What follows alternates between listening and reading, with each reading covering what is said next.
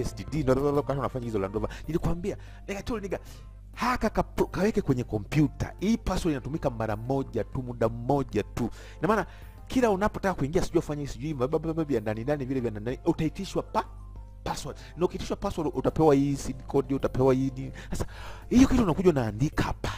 Like for example this is SLVV, say maybe HTML sijui nini. Sasa ukimaliza una generate.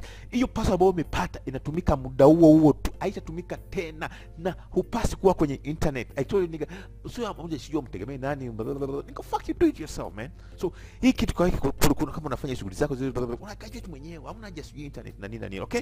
Just nigga fuck you. Japanese girl good, Chinese and Europe girl them good.